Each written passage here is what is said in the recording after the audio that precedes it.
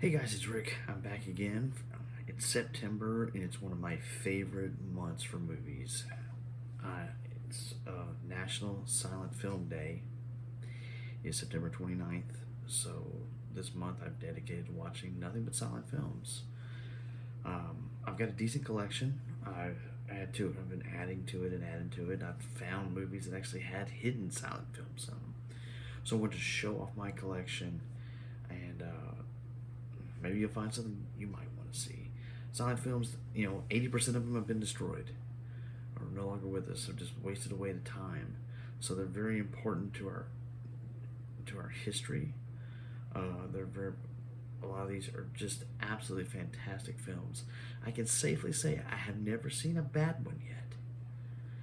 So they really do impress me because with silent films, you got to pay attention. There is, like modern movies, you drift out, you might be on your phone or doing something with it. But a silent film, because there are no spoken words and there's just the title cards and telling you what's going on in the scene and the slapstick for comedians, you really got to pay attention, and you'll find you're seeing some fantastic cinema that is just unbelievable. But let's get started. Show the collection. I figure we'll start with the oldest film in my collection. This is Millais Fairy Tales. George Millais is the father of modern film, and as you can see here, this is from 1899 to 1909. Short films. The one from 1899 is only a minute long. One of his most famous films is The Trip to the Moon. The famous scene of the rocket going into the moon's eye. It's a really, really cool movie.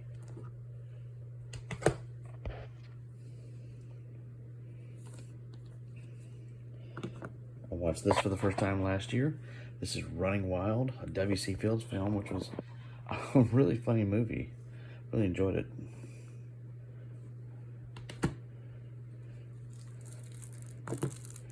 Our Hospitality, Buster Keaton. I picked up a lot of Buster Keaton this year because my goal is to watch the majority of the films I'm going to watch this month is Buster Keaton, because I found his comedy I found it to be funny. Really.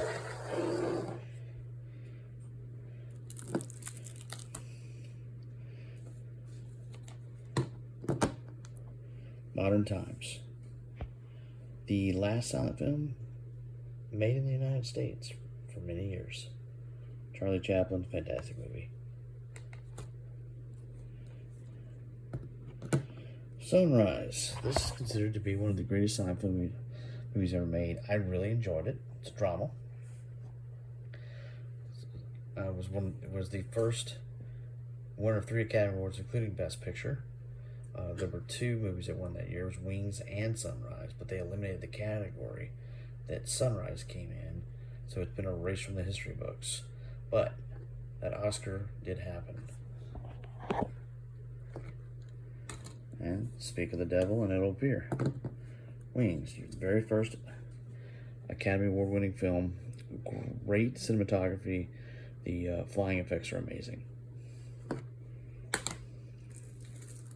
The General in 3 Ages. The General, I already had a copy of it, but I needed 3 Ages, and this is the cheapest way I could get it for now. So, this is a European cut. A lot of times with silent films, they would shoot different cuts for different markets. The Saphead. This is Buster Keaton's first feature film that he starred in. Didn't direct it, but he did star in it.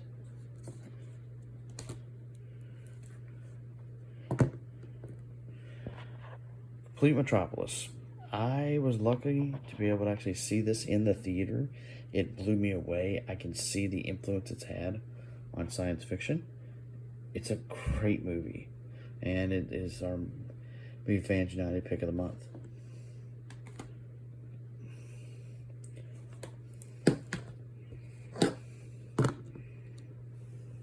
The Man Who Laughs. I prefer this cover. There is another one that's more Jokerish look, and this is actually the character that influenced the Joker. He's got a smile cut into his face. I enjoy it. Some people like it, some people don't.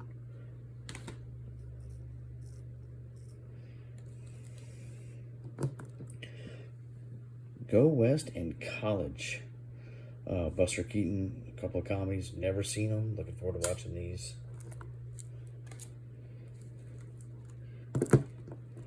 Seven Chances in the Battling Butler. Two more I've never seen.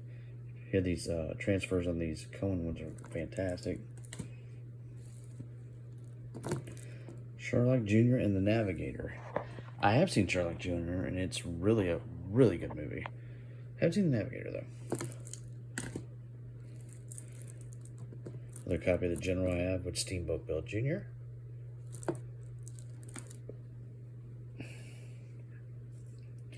And this is a Buster Keaton shorts collection.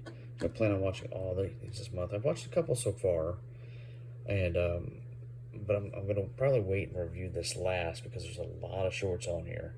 And yet it's had some starring with Fatty Arbuckle, and then his own solo shorts. The Freshman, Harold Lloyd. Fun sports flick. Earliest football film that I think there might have been one more before it, but this is one of the earliest football films.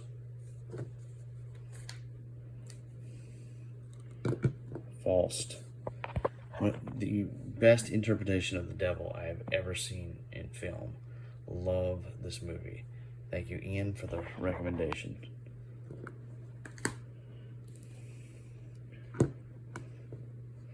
Dr. Jekyll Mr Hyde.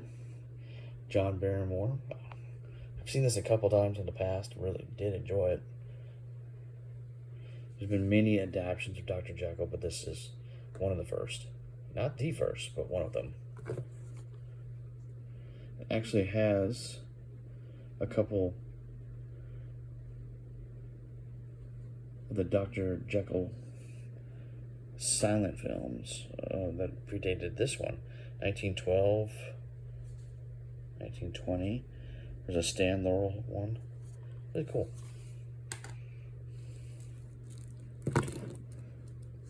The Covered Wagon. This is supposed to be the first epic Western.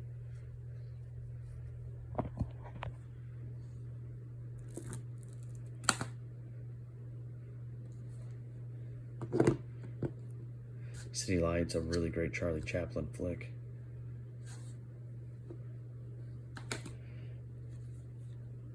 One of my personal favorites, The Circus. Really, Chaplin, he didn't do a bad film, but Circus I really enjoyed from the minute I saw it.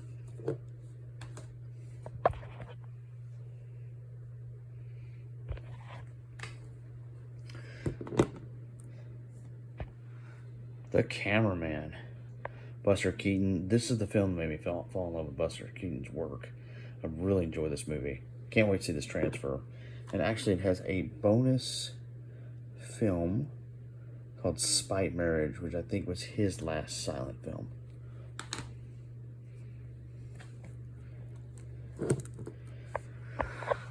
The beautiful Louise Brooks, Diary of a Lost Girl. I have a few of her films. I'm fascinated by her. She was a great actress and just absolutely beautiful.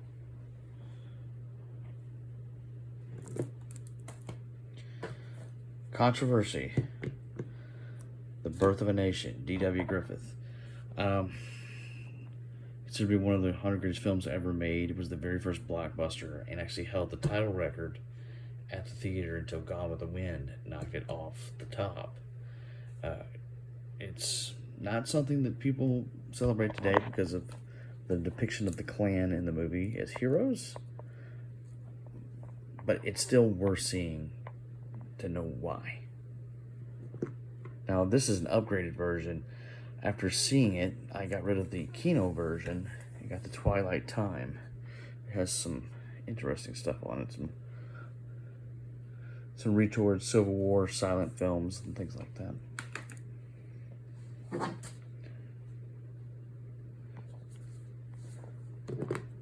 Max Sennett collection.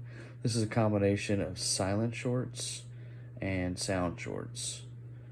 And it's supposed to be 50 of the best. Hopefully volume 2 comes out.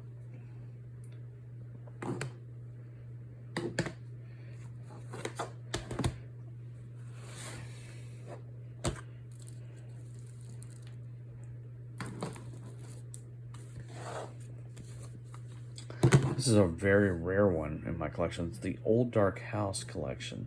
Now there's a lot of sound films on here, but this has 2 silent films in particular. Let's see if I can find them.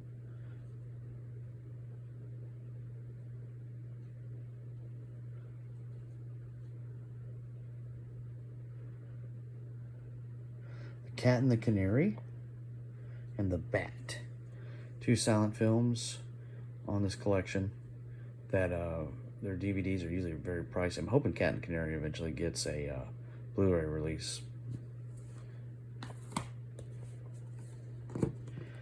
Nosferatu turned 100 years old this year.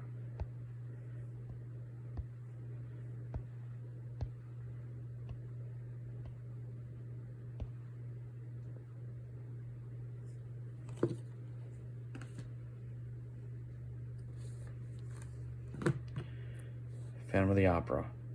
Fantastic movie. It has both cuts of the film from 25 and 29. 25 has always looked rough. 29 looks perfect. The Phantom Carriage. I can't remember where I was introduced to this at, but I do enjoy the film. It's takes place over 1 year, it's about death.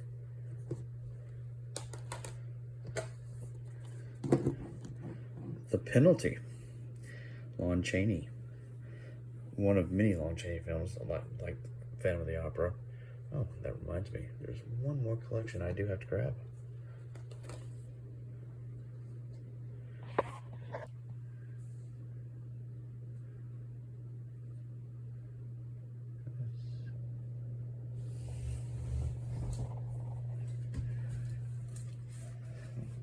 When we're talking about Lon Chaney,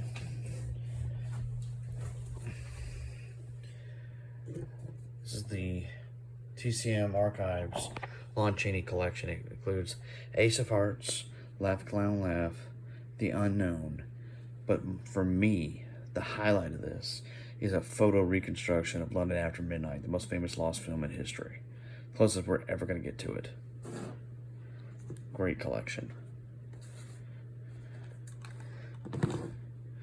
This is old Ironsides. This is a movie set on the seas. Old Ironsides actually was the Constitution. It was made, to ward off pirates and things back in the day. The most famous ship in history in the United States.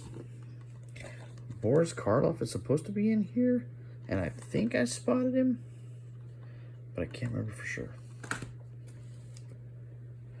Alright, let's keep moving. The Lost World. Sir Arthur Conan Doyle. I actually watched this, then went and read the book, and both were fantastic. Is it a perfect adaptation? No, it's not. But it's still great. The Golem. I watched this for the first time last year. Heavily influenced Frankenstein. Jewish monster. It's definitely worth a watch.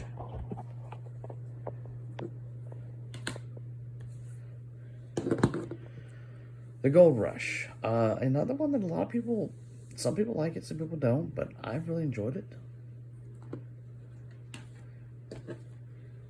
Haxan. A silent documentary about witchcraft. Witchcraft through the ages. This is a fun one. Look at that. That's supposed to be the devil. Swedish made, if I'm not mistaken. Yes, Swedish made.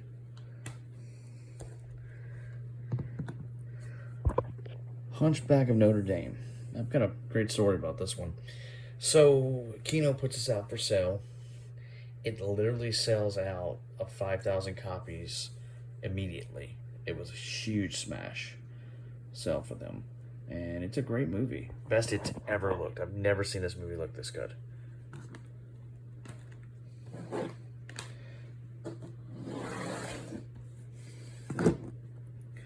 Cabinet of Dr. Caligari. Must watch for any horror fan. Beggars of Life. Another crap. Excuse me while I readjust.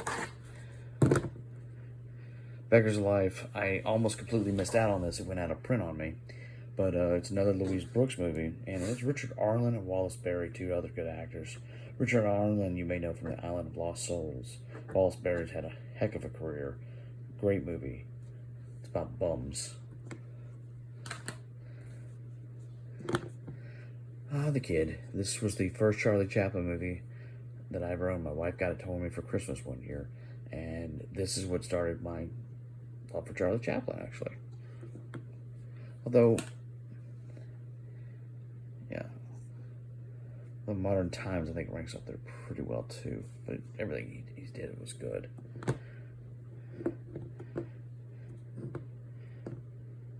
The Kid Brother. Hadn't watched this one yet. I watched two of Harold Lloyd's other films, which reminds me, I have Safety Last, too. Let me pull that. Amazing ones you think about after you've already pulled them all. It's like, why isn't that on the shelf?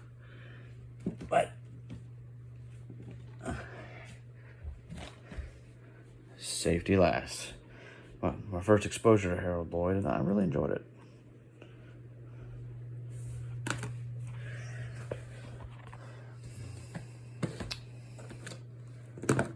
It's the Old Army Game. First time I ever saw Louise Brooks, and this is where I noticed her beauty and a great, just something about her. Aha! Now we come to the film that changed it all, The Jazz Singer. It's a silent film. However, all the musical numbers by Al Jolson were sung and heard for the first time. This is the film that changed it all. It has influenced so many movies.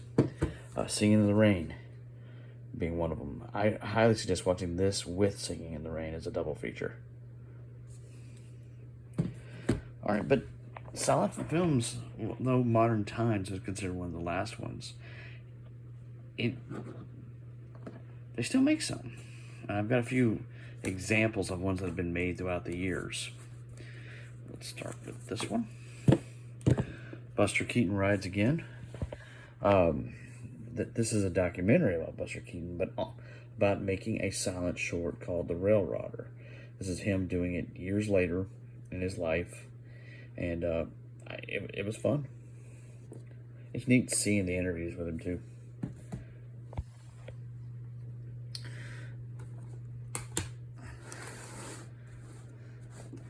Mel Brooks famously did a movie called Silent Movie, which I will be watching sometime this month.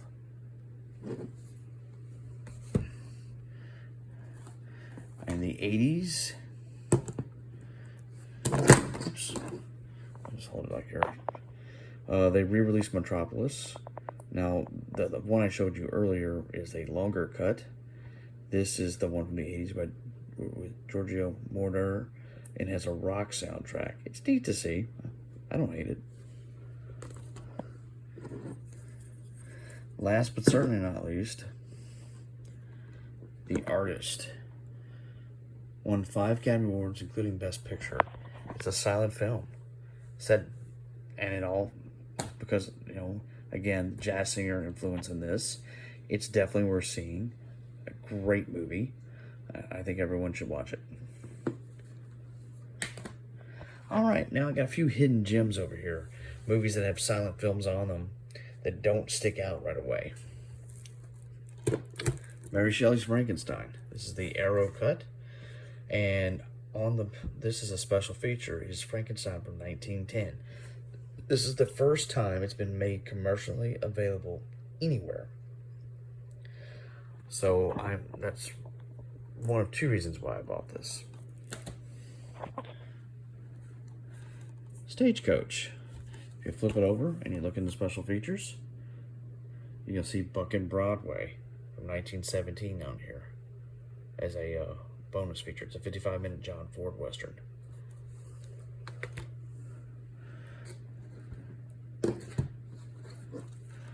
A Christmas Carol. This has a couple of silent shorts on it.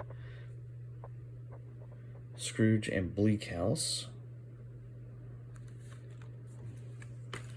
And last but certainly not least, we'll end with Laurel and Hardy. And a short called Battle of the Century, which was considered lost for a long time.